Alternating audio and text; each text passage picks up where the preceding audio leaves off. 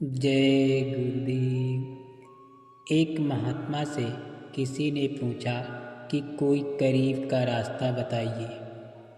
आप बोले, रास्ते सभी ठीक हैं, सभी वहाँ पहुँचाते हैं। यज्ञ तप योग सभी रास्ते हैं, परंतु सरल और समीप का रास्ता सेवा है। सुमुच को बेगर्ज होके दूसरों की सेवा करनी चाहिए। इससे ईश्वर बड़ी जल्दी दया करते हैं। बदला ना चाहे, संसार और प्रशंसा और प्रतिष्ठा की परवाह न करे, कर्तव्य समझ के सेवा करता जाए, सबको ईश्वर रूप समझे। इससे नज़दीक का रास्ता दूसरा नहीं है। शास्त्रों में ऐसी भावना में सेवा को प्रतिरूपोपासना कहा है। स्वामी विवेकानंद जी कहा करते थे कि यदि तुम ईश्वर को प्रसन्न करना चाहते हो तो उनके पुत्रों की प्रेम के साथ सेवा करो। पुत्र की सेवा से पिता बड़ी जल्दी रिझता है। इससे सुगम दूसरा उपाय नहीं है। परंतु हमारी क्या दशा है। ईश्वर को तो राजी करना चाहते हैं, दिन रात उसके नाम की रट लगाए रहते हैं, घंटों उसकी पूजा पाठ और ध्यान में बिता देते हैं, परंतु उसकी संतान को वैरी की दृष्टि से देखते हैं। चालाकी, मक्कारी, जबरदस्ती इत्यादि जितने भी साधन हमारे पास होते हैं, उनके द्वारा दूसरों को तंग करना, उन्हें कष्ट पहुंचाना, उनका पैसा छीन के अपनी जेब भरना, यही अपना मुख्य कर्तव्य मानते हैं। ऐसे राग द्वेष में फंसे हुए मनुष्य चाहे जितना भी पूजा के ढोंग बनाएं, तिलक छापे लगाकर संसार को धोखा दें, उनको दूसरा चाहे महात्मा समझने लगे, परंतु ईश्वर के कृपा पात्र कभी नहीं बन सकते। उनको दर्शन कभी नहीं मिल सकता। जो स्वार्थ में फंसा हुआ है, दूसरों के लिए बुरी नीयत रखता है, उसकी भजन बंदगी कभी मंजूर नहीं हो सकती। दूसरों से ऐसा ही प्रेम करो कि जितना तुम अपने से करते हो, दूसरे को उतना ही आराम पहुंचाने का उद्योग करो कि जितना तुम अपने लिए चाहते हो। तुम्हारे अंदर हमेशा देने के भाव रहें, लेने से बचते रहो। सेवा करो और सेवा कराने से परहेज रखो। सबसे अपने को छोटा समझो, गर्व न आने दो। निहरंकारिता, नम्रता, दया अपने स्वभाव में लाओ। ये भगवान को प्रसन्न करने वाली बातें हैं। जो सेवाव्रत लिए हुए जीवन यात्रा कर रहे हैं, भगवान को सदा उनके पास ही हैं। अंत में वे उनके ही लोक में पहुँचेंगे। उपनिषद कहती है, ईश्वरवादितम सर्व यथाकृतम जगत्यम जगत तेन त्यकेन भुजिथा मा वृथा कस्यम्याधिमित्तम। ये जो चराचर जगत है, ये संसार ईश्वर में व्याप्त है, उसमें ईश्वर बसा हुआ है। मनुष्य को उचित है कि सब ठौर उसी को देखे और न दूसरे के धन इत्यादि की इच्छा करे और न उसमें लिप्त हो। ये है सारे धर्मों का सार, वेद और शास्त्रों का निचोड़। किसी की वस्तु की इच्छा न करें और सबको ईश्वर रूप मान के सबकी सेवा करें। भेद दृष्टि मिटा दें, अपने पराये का ख्याल दिल से हटा दें। ऐसा भाव अपने अंदर ले आना सच्ची भक्ति है, जो मालिक को राजी करती है और उस तक पहुँचती है। लिखा है, ख्वाजा बाउद्दीन साहब जो एक बहुत बड़े महात्मा थे, किसी से खिदमत नहीं लेते थे। कहते थे, हमारे तरीके से बंदगान खुदा की खिदमत बजा लानी और उनको रहत सुख पहुँचानी सबसे मुकद्दम यानी जरूरी है। खिदमत का दर्जा योग समाज जप इत्यादि से सबसे ऊंचा है। यही है सच्ची भक्ति। किसी भी इबादत अर्थात भजन पूजा का फल इसके फल की बराबरी नहीं कर सकता। किसी ने आपसे पूछा कि आपको खिदमत से क्यों परहेज? उत्तर दिया, भाई, खिदमत करने वाले का एहसान उठाना और अपने यार को छोड़ किसी दूसरे से दिल लगाना क्या? हमने संसार से नाता तोड़ के उससे रिश्ता जोड़ा है। अब ऐसा काम क्यों करें कि जो सांसारियों की ओर झुकना पड़े? दिल एक ओर लगा दिया है, अब दूसरी ओर ले जाने को तबीयत नहीं गंवारा करती। ये व्रत हमने ले रखा है कि जहाँ तक हो सकता है औरों की खिदमत करते रहें। दूसरे के कष्ट हमसे सहन नहीं होते, इसलिए जिस्मानी और रूहानी आराम पहुँचाते रहते हैं। हमने जो कुछ पाया है वो सूफियों के तरीके से नहीं पाया, बल्कि लोगों की खिदमत से ही हमको प्राप्त हुआ है। इसलिए ये मुझे बहुत प्यारी है, इससे मुझे खुशी मिलती है।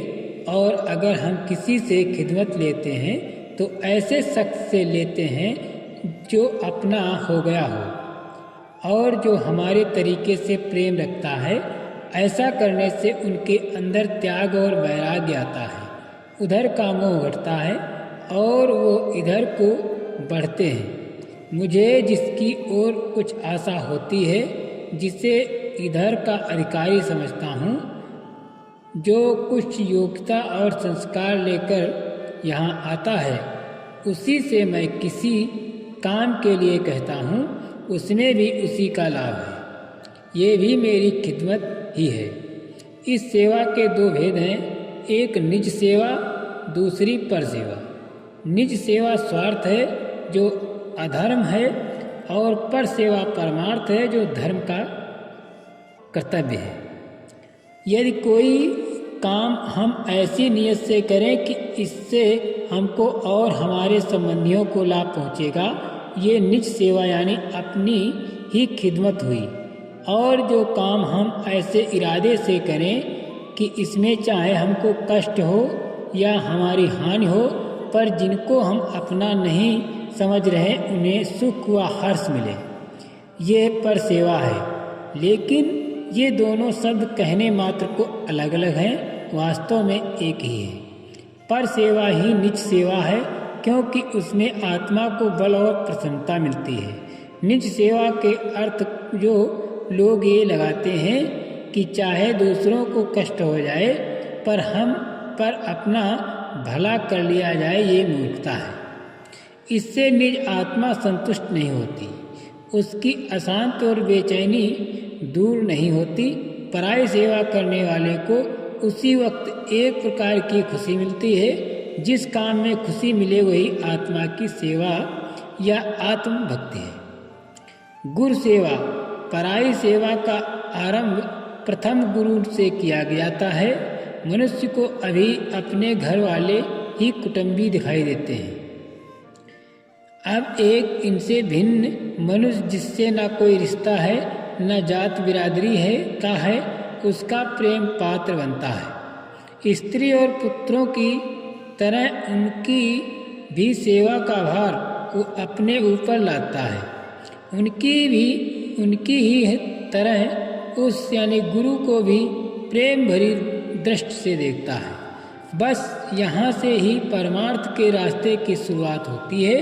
अभी तक उसका दिल अपने घर की चार दीवारियों के अंदर कैद था, स्त्री बच्चों में फंसा था। अब कुछ आगे बढ़ के ऐसे मनुष्य के पास पहुंचा है जिससे संसारी कोई रिश्ता नहीं है, संसारी कोई लाभ भी उससे मिलने की उम्मीद नहीं है। केवल ईश्वर के लिए हम उसके पास पहुँचे हैं। ईश्वर से मिलने के लिए हमने उससे नाता जोड़ा है, उसे भी अपना प्रेम पात्र बनाया है। आरंभ में विश्वास और प्रतीत अधिक नहीं होती, पर आगे जो जो अभ्यास और परस्पर मिलाप या सत्संग से आंखें खुलती जाती हैं, उधर से मोह कम होता जाता है और उधर को बढ़ता जाता है। इस प्रेम और वैराग्य के वशीभूत हो शिष्य जब गुरु की निष्काम सेवा करने को तत्पर हो जाता है, गुरु के कष्टों को वो अपना ही कष्ट समझने लगता है और बिना बदला चाहे तन मन से गुरु की सेवा में जुट जाता है, तभी गुरु की दया उभरती है और उसे उठा के कहीं का कहीं पहुंचा देती है। सेवा से, भाव से, आज्ञा से चलने में किसी प्रकार की भी गुरु को अपना बना लेना पड़ता है, तभी परमार्थ के गुप्त रहस्यों का पता मिल पाता है, तभी कल्याण का पंथ शिष्य के लिए खुलता है। जितना जितना शिष्य उसका होता जाता है, उतना उतना ही उसकी आकर्षण शक्ति के सहारे वो ऊपर को आत्मा की ओर खींचता जाता है और अपनी आत्मा को विस्तृत बनाता जाता है। अर्जुन को भगवान ने जब अनेक प्रकार के ज्ञान का उपदेश दिया, दिव्य दृष्टि देके जब आत्मदेश का अनुभव कराया, तो उसे बड़ी प्रसन्नता हुई, अद्भुत आनंद में सरोबोर हो गया। उस समय वो पूछने लगा, प्रभु आपकी इस महान पराविद्या के जानने का क्या उपाय है? उसको भगवान ने उत्तर दिया, तच्छत प्राणतेन प्रश्ने सेव्या उपच्छदान्ति ते ज्ञानम ज्ञानिस्तस्तम दर्शनम। बोले अर्जुन, इस विद्या की प्राप्ति के लिए किसी तत्वदर्शी महापुरुष के समीप जाएं, सम्मुख पहुंचकर नम्रता से कपट व अहंकार त्याग के उनको मस्तक नवावे, सेवा से उन्हें प्रसन्न करे, फिर उनसे पूछे। जब वो प्रेम पूर्वक इस गूढ़ ज्ञान का उपदेश करते हैं, तभी मनुष्य इसे जान सकता है और कोई उपाय नहीं है। मनुष्य प्रकाश तो चाहता है, परंतु दीपक जलाना नहीं चाहता। ऐश्वर्य चाहता है, लेकिन ईश्वर से नहीं। वो ज्ञान तो चाहता है, परंतु किसी मनुष्य गुरु से नहीं। प्रकाश तो सूर्य में है, बिना सूर्य या दीपक के वह वो कहाँ से मिलेगा? ऐश्वर्य ईश्वर में है, बिना ईश्वर के ऐश्वर्य कहाँ पाओगे? फिर ज्ञान गुरु में ही है, बिना गुरु के ज्ञान कहाँ से आएगा? सतगुरु की शरण में आने से अंतःकरण स्वयं ही धुलता जाता है।